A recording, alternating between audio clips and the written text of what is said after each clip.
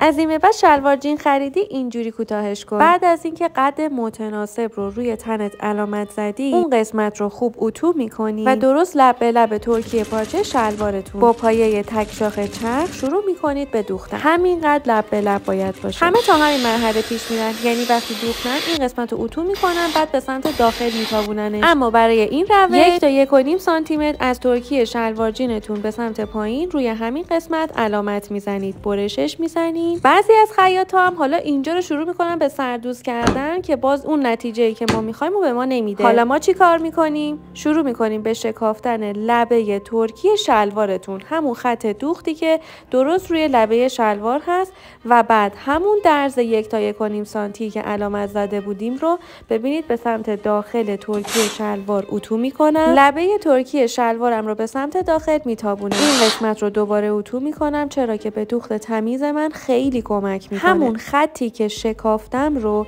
شروع میکنم به چرخ کردن. من اینجا از نخ سرمه‌ای استفاده کردم. میتونین از نخ جین هم استفاده کنین که توی کپشن توضیحاتش رو دادم. من مهشید سنگلجی هستم، مربی خیاطی شما. اینجا در پاترون میتونی به یک خیاط حرفه‌ای تبدیل بشی.